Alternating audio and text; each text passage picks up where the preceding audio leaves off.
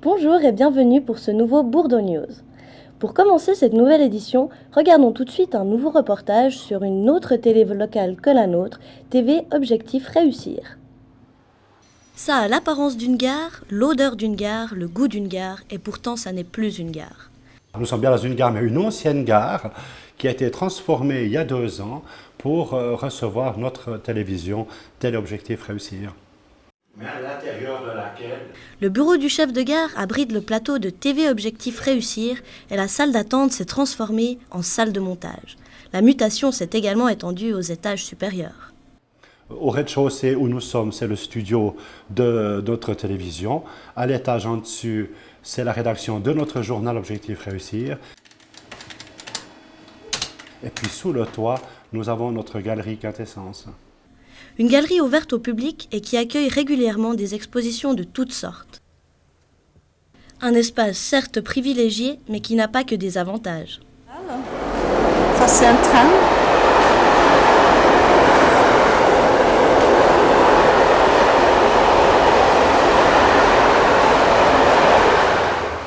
Le côté négatif, c'est évidemment le son. Les trains, ça fait du bruit. Alors pendant un certain temps, nous avons essayé de faire croire que nous n'étions pas dans une gare, nous essayons d'effacer les bruits des trains pour finir en arriver à se dire mais pourquoi tricher? Donc quand nous faisons des émissions, quand nous enregistrons notre émission Quad 9, ce qui équivaut dans d'autres télévisions leur téléjournal, eh bien quand un train passe, eh bien, le train passe, on arrête de parler et puis ensuite on reprend quelques secondes après sans cacher qu'on est dans une gare. Alors, Téléobjectif Réussir est le prolongement du journal Objectif Réussir que nous avons créé en 1994. C'est en déménageant de Neuchâtel, où nous avions la rédaction de notre journal, et en arrivant ici, à la gare de Beauvais, que nous est venue cette idée de créer une télévision. Nous sommes d'abord et avant tout une entreprise de réinsertion sociale et professionnelle, ce qui signifie que nos collaborateurs sont des personnes qui sont à l'aide sociale, qui sont placés par les services sociaux du canton de Neuchâtel chez nous. Pour cela, ils reçoivent un petit peu plus que la simple aide sociale, puisqu'ils font l'effort de bien vouloir travailler, et ils travaillent chez nous ainsi à plein temps, comme dans une entreprise conventionnelle. Depuis le début, nous avons tenté de nous séparer un peu de ce que font les autres télévisions. On cherche à être une télévision différente. C'est évidemment encore un défi incroyable. Bien sûr qu'on pourrait faire un peu du copier-coller de ce que fait la TSR ou de ce que font d'autres TV locales. Non, on essaye d'avoir notre originalité. Alors je suis en train de monter un sujet sur la fruitière de Beauvais, qui est une métairie en fait. C'est une sorte de ferme qui garde des vaches et puis qui fait à la fois office de restaurant. On a la balade en voiture qui nous amène peu à peu vers le sujet. Ouais. On a un petit peu du sujet, il y a l'interview, puis après il y a de nouveau un petit peu les voitures. Puis après je pensais finir de nouveau avec le plan d'eau pour refinir. Donc on a déjà décidé au départ que nous ne ferions pas l'actualité. Ensuite, nous avons décidé que nous serions, comme notre journal, une télévision sociale. Alors qu'est-ce que c'est qu'une télévision sociale? Bon, ben voilà, c'est là autour que s'est construite notre télévision. Donc on va traiter de sujets qui sont en rapport avec les différentes problématiques que connaît notre société. Actuellement, je fais un sujet sur le village de Colombier, près de Neuchâtel. D'accord, il y a un angle particulier? Non, c'est-à-dire que j'essaye de faire un film sur Colombier, des images qui ne sont pas forcément été vues déjà, quoi. Sous un angle un peu différent, quoi. Sur chaque petit village dans lesquels on diffuse, on fait des petits reportages, des petites images d'intermède qu'on peut diffuser dans les temps morts pour permettre aux gens du village de reconnaître leur immeuble. Puisqu'on diffuse quand même dans les villages de Beauvais, Baudry, Cortaillot, Baule. Il faut un petit peu qu'on satisfasse les gens de ces 4 villages, quoi. Alors là, moi je fais un montage sur le village de Beauvais pour la présentation. Puis c'est un mélange entre des vidéos et des photos. Aussi bien la télévision locale neuchâteloise, la radio locale neuchâteloise, eh bien, ont écrit à l'Ofcom pour leur dire qu'ils ne voyaient pas d'un très bon œil notre arrivée sur le marché, sur ce marché de la télévision. Pour les uns, ils disaient à l'Ofcom, il ne faut pas les laisser venir, c'est des incompétents, ils ne vont pas faire du bon boulot, ils vont salir le paysage audiovisuel. Et pour les autres, ils craignaient carrément que nous leur fassions concurrence. Donc vous aviez certains médias qui craignaient que nous soyons trop mauvais et d'autres craignaient que nous soyons trop bons. Bon, finalement, ce n'était pas à eux de décider, c'était à l'Ofcom de décider. Et un beau jour, eh bien, on a reçu notre concession signée de la main du monsieur le conseiller fédéral Maurice Leuenberger. Et puis voilà, notre télévision est arrivée. Non, c'est bon, la batterie est pleine, la cassette est rembobinée. Alors c'est tout bon.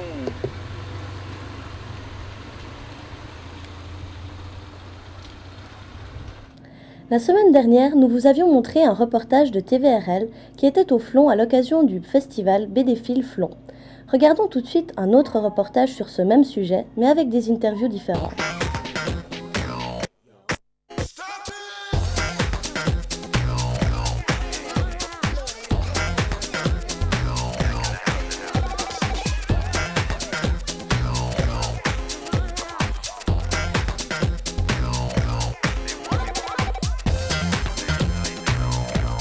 Hello, ciao, Grutzi et welcome dans cette nouvelle émission BDfilesque.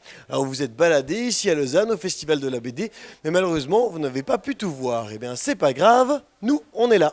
Et dans cette émission on vous propose une rencontre avec Isler, le créateur de Sambre, du dessin en live, mais tout de suite un gros gâteau d'anniversaire pour le journal de Tintin et les 60 ans des éditions Lombard. Shabam. Moi, je fais partie de la 2e ou 3e génération, mais des gens comme Rosinski, Cosé, Dany, maintenant un nouveau De Vita, Grenson, c'est quand même des noms importants dans la bande dessinée. Et de faire partie d'une maison comme ça, c'est quand même, je dirais, une forme de consécration pour un auteur.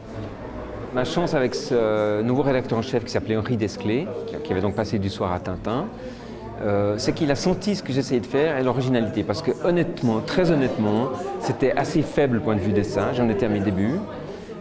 C'était un peu maladroit, mais il y avait une intention, un ton tout à fait original, que lui a ressenti et que peut-être les autres éditeurs n'avaient pas senti. Au début, avec mes éditeurs, on avait tendance à me dire, essaye de faire un petit peu plus comme ceci, un peu plus comme cela, un peu plus d'action. Et puis quand Jonathan a commencé à bien se vendre, à ce moment-là, on m'a dit non, surtout ne change rien.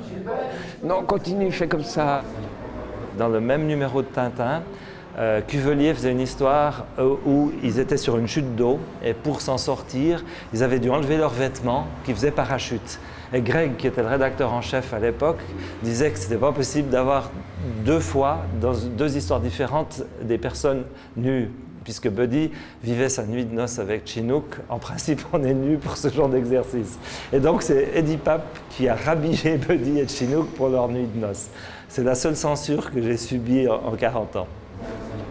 Il y a Yakari là, qui redémarre très bien, puisque depuis maintenant 7 ans, on est venu aux éditions du Lombard. De toute façon, je continue, avec Job, on continue Yakari, on n'est pas prêt de s'arrêter. Je continue à travailler avec Lombard, je travaille aussi avec les éditions Dupuis. Je trouvais quand même agréable d'avoir 2 éditeurs, ne serait-ce que pour partager un peu le pouvoir, parce que c'est embêtant d'avoir un seul interlocuteur.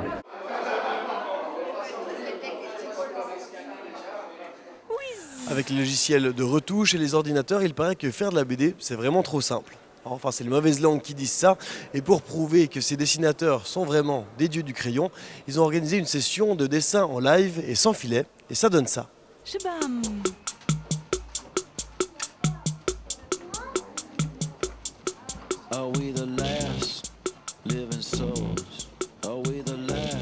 Ça correspond au tome 2, il y a des choses que je trouve dedans, il y a plein de choses, il y a d'autres choses aussi. Et puis, là, on cherche des idées. C'est vraiment du chenille, ça va dans tous les sens. C'est des choses plus ou moins intéressantes, des croquis de vaisseaux. Le 2e tome, c'est une cité de montgolfières. Je ne sais pas si on arrive à voir tout à fait. Ici, on a, mais je crois que c'était pas très net, on a toute une ville de montgolfières. C'est des idées de base, d'accord? C'est vraiment un carnet de croquis que j'utilise au fur et à mesure.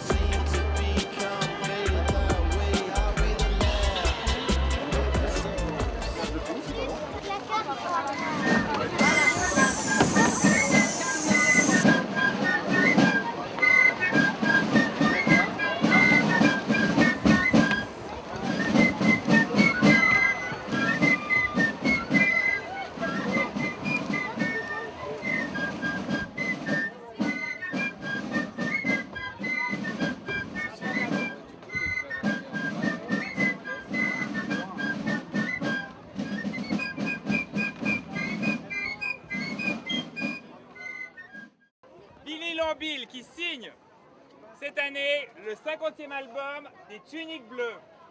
Alors on va faire un lâcher de ballon.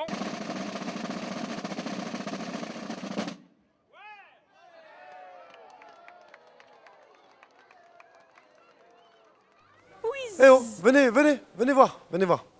J'ai une histoire à vous raconter, en fait, c'est l'histoire d'une histoire. C'est le nom en fait de l'exposition de Bernard Isler, un Bruxellois qui dessine aussi bien les histoires tragiques que les histoires d'amour. En 1978, avec Sambre, il devient un dessinateur très prisé. Et ici, à Bédéfil, une exposition retrace 28 ans de l'histoire de ses dessins.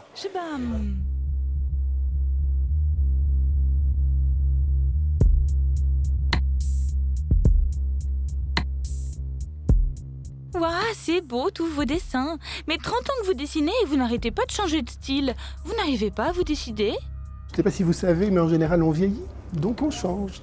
Donc j'ai essayé Enfin, je n'ai pas essayé, en fait c'est venu assez naturellement que mes envies changent avec l'âge et mes désirs et mes volontés de représenter, et mon esthétique. Le XXe siècle, c'est ma troisième période et c'est le moment où je commence à renoncer à la capacité à faire un dessin fini. Le dessin fini, il est parfait, il est terminé, je ne peux plus rien rajouter.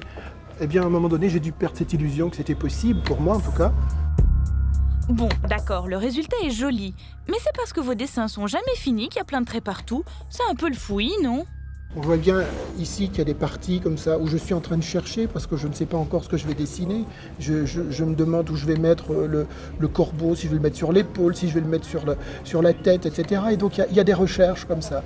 Et après ça, dans la mise en couleur, j'utilisais tous ces défauts, toutes ces fautes d'orthographe pour en faire du style. Parce que j'ai l'impression que la seule invention qu'on puisse faire, c'est nos erreurs. C'est la seule chose qu'on ne peut pas contrôler.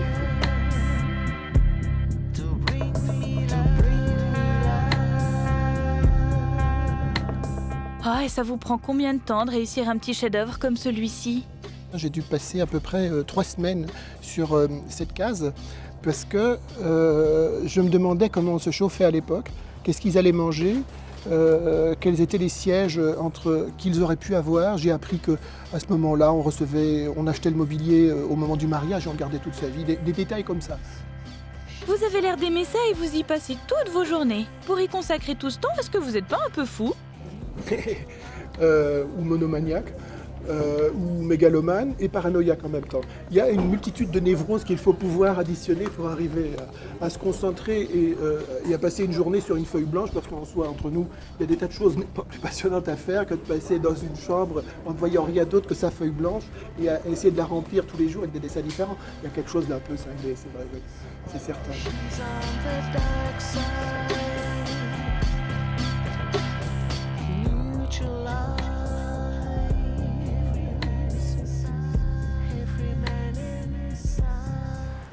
Voilà, c'est la fin des onomatopées, des fous rires et des grands yeux écarquillés. C'est la fin aussi de cette émission numéro 2. On se retrouve demain pour le 3e volet de la trilogie Bédéfil et en route pour de nouvelles aventures.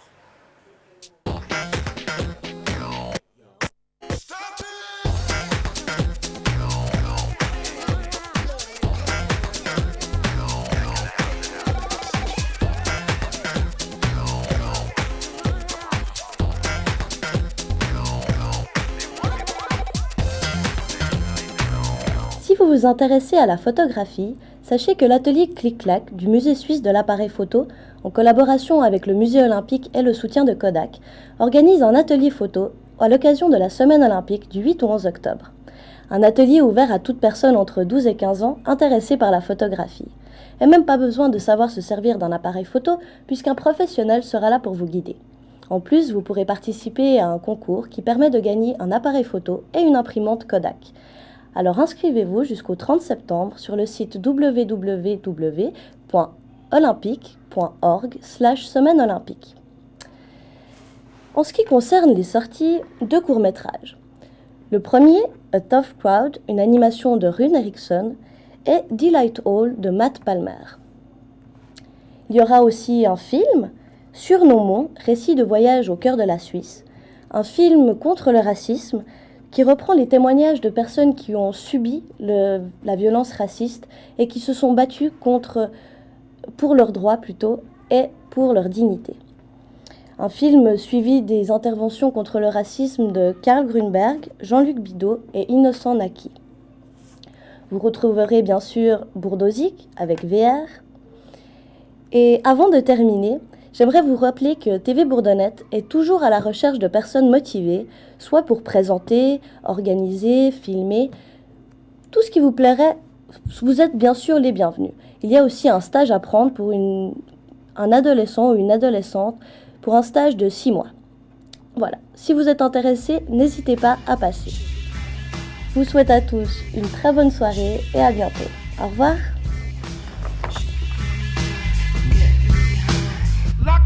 Back on the program, hooking up another fly joint when I float on the slow jam. When I